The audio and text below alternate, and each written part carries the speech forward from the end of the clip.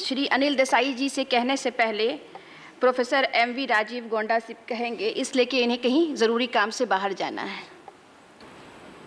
Thank you, Madam Vice Chairman. Madam, we are very much in support of this bill, which aims to address the challenge posed by fugitive economic offenders. In recent years, we've had very high-profile economic offenders flee our shores and then taunt us in foreign lands about how they are beyond the reach of Indian law. Therefore, the intent of this law is good. But I want to give the Finance Minister a series of practical suggestions on how to improve this law, because unfortunately it happens to be flawed in various dimensions. The very first point, ma'am, is that this is a law that is aimed at dealing with offenders who are leaving the country. So really, the effectiveness of such a law will be if it prevents even a single economic offender from fleeing the country from now on. But what steps is the government taking? What moves are being made to track potential fugitives and to find ways to ensure that they are actually prevented from leaving? That is not at all clear, and this seems to be a law that is only focused on curative aspects, on dealing with the problem after it has occurred. A good law will also prevent the problem from happening, madam. Now, when we think about other kinds of issues, one of the other problems is about, this is something that the chairman also flagged, about extradition. We need to have much better extradition processes, and that is not really in place. That is something that I would like the Finance Minister to tell us about. What kind of progress has been made? You know, when we think about this, madam, our Prime Minister goes to so many countries all the time.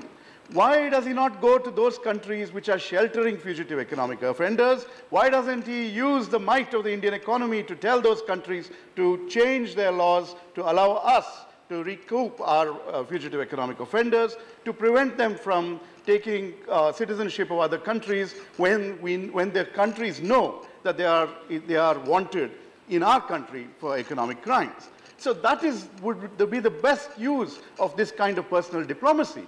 On the other hand, we have these symbolic measures, but not really anything that is actually translating into outcomes. The same problem related to extradition arises in the context of confiscation of property. One of the other aspects of this bill is that when somebody is declared a fugitive economic offender, their property in this country and abroad can be confiscated. Well, why will a foreign jurisdiction allow Indian law to apply there if these are civil cases and in those countries they may be willing to do that only in the context of criminal cases? So those are all nuances which the Finance Minister must iron out. Otherwise, we will be left with a toothless law which says a lot, but actually which barks but does not bite. That is the real challenge in this particular bill. There again, madam, many of the objections that foreign countries will have to extraditing people back to India would be, various concerns about Indian prison conditions, other kinds of issues. Hamara Mehul Bhai has just come up with the argument that lynching in India is going to prevent him from coming back, that it's a danger. So it will be good for the government to tackle or anticipate and tackle many of these objections that will be proffered by fugitive economic offenders and by governments abroad who will not necessarily and easily release people back to India, given some of the concerns about our own justice system. So government should really put in a lot of effort to fixing these problems in anticipation.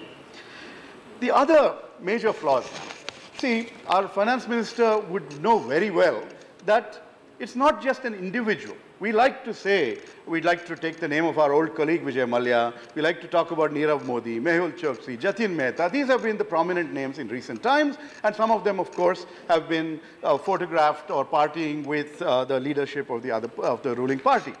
But the basic point is this. These offenses do not occur in a vacuum. They occur in association with, madam, बहुत समय है, madam. आपके एक और सदस्य बोलेंगे. Yeah, but देखिए, और 8 मिनट है, मैं 2 मिनट लूँगा. आपके एक और सदस्य का जरूर, उनको समय दिया हूँ, मैडम. बच गया, no problem. Okay, बचा हुआ है, okay. बचा हुआ है, okay?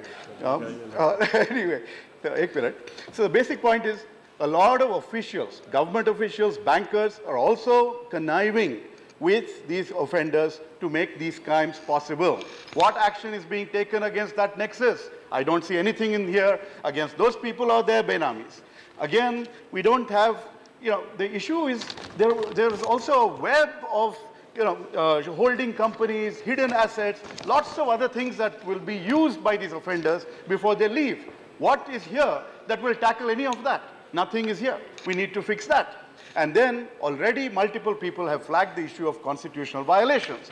Ma'am, it is entirely possible for a person to be, to have his assets confiscated without actually being tried and convicted. This would be unconstitutional, and again, on that very basis, this law would be thrown out, and then we will have gone through this entire exercise for nothing. Nothing will be the result of the whole exercise. There was an Orissa Special Courts Act which actually allowed for confiscation, but only after conviction. So that has also got to be ironed out as we go forward. The other complication is that both the offender and the companies that he or she is involved with are barred from filing civil cases or taking part in any civil suits. This is, anyone could be part of a company, a director of a company where one of them is a fugitive economic offender, and there is no way they're barred from taking part in any civil action in any court, and that is really, really unconstitutional and needs to be addressed. So basically, ma'am, when you think about this particular law, it has more flaws. Intention is good, but it is riddled with flaws which make it ineffective. Therefore, I really doubt the intention of the government. Are they just trying to create a smokescreen saying they're doing something? This is what they did on multiple fronts when they talk about black money. It is not going to make anything change. We need a more effective law, and I really worry about the sincerity of the government, and therefore I will issue a challenge to Mr. Piyush Goyal, our finance minister. Let us see if you bring back even one fugitive economic offender before 2019. If you do not, hang your head in shame and tell us that you have failed in addressing the issue of black money and of economic crimes committed by your friends and your cronies. Thank you, madam.